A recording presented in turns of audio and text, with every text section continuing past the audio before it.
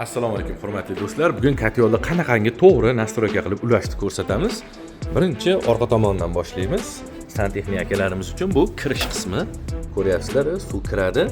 Kirgandan keyin bu esa chiqish qismi. Chiqish qismida ko'rgan bo'lsangiz, mana bunday narsasi bor. Bu issiqlik sensori.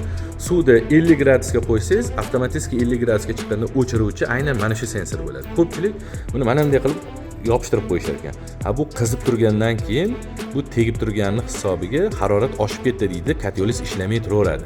Shuning uchun buni osiltirib qo'yilmaydi. Suvni chiqish qismiga aynan mana shu yerga qo'yib qo'ysangiz, suvni gradusini o'lchab o'zi yoqib o'chirib turadi. Chiqib, yana aylanib, sirkulyatsiya bo'lib, kirib ichida aylanib turaveradi. Bu endi sizga suv isitish bochkasi bepul 60 litr suv beradi. Ya'ni katyolis yonadi, usti qiziydi, qiziganning hisobiga suvni ham isitib qaynatib beradi. Bu endi miyasini aytganmiz. Tok quvvatini o'lchaydi. Buni qancha ko'tarsangiz, shuncha kuchli ventilyatsiya bilan o'tni kuchaytirib beradi va bu suv necha haroratda isishi. Ya'ni 40 ga qo'yib qo'ysangiz, 40 daraja bo'lsa, avtomatik ushbu sensor katyolni o'chirib turadi. Yana 38-35 ga tushgandan keyin yana bu sensor ishlab, katyol ishlab, yana normaga belgilangan vaqtga chiqadi. Bu necha sekund ishlab, necha daqiqa dam olishi. Buni avvalgi videolarda aytib o'tganmiz.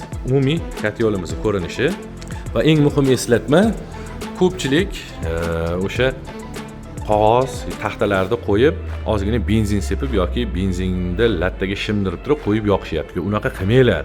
Bu ichi vakuum. Ya'ni u ichiga havo dimlanib qolgani hisobiga benzin septirib yoqaman, siz tashqariga o't urib beradi betingizga. Bu xavfli. Iltimos benzindan foydalanmasdan ozgina qog'oz ustiga taxtachalarni qo'yib foydalanganlar yaxshi. Ichlari ko'rib turganingizdek nержавейка qilingan, sababi nam ko'mir bo'ladigan bo'lsa, mana bu temirlarga yopishib qolmasligi uchun. Siliqib tushib ketadi. Endi sizni ortiqcha ko'mir tiqilib qolishlikdan qutqaradi. Optima modeli, Optima'ning kuchaytirilgan modeli, Krasnoyarskiy modellari, UPS'lari, bu Nur mini katyollari ko'rib turganingizdek hammasidan bor, bemalol kelib tanlab olib ketishingiz mumkin. Tayyor, ortiqcha kutib o'tirmaysiz. Nur Texnogroup mana shunday o'z mijozlariga doim eng yaxshilarini tavsiya qiladi.